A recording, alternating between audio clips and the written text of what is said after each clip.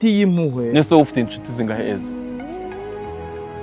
Nta nshuti mfite. Nshaka gusaga twirirwa twibaramo nta n'umwe urimo. Sabe umuntu wese tubanye kubera ko ni imibare. Ntacyo ntwaye. Ntacyo ntwaye.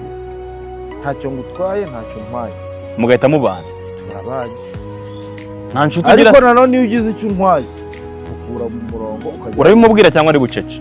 Inshuti zawe zimenye uzizirikane, ariko nimugera ku kintu kijyanye no kwikoramo. Amafaranga. IQ. Uri inshuti yanjye utangiye kuba ATM. Ngo mpaya ubugize ute? Ahubwo guhinduye ATM. Arega akamubwiza ukuri. Tujye tubigisha ukuri.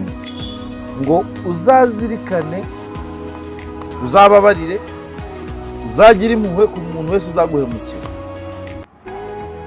Abantu bose baguhemukiye uzabababarire, ariko ntuzibagirwe amazina yabo.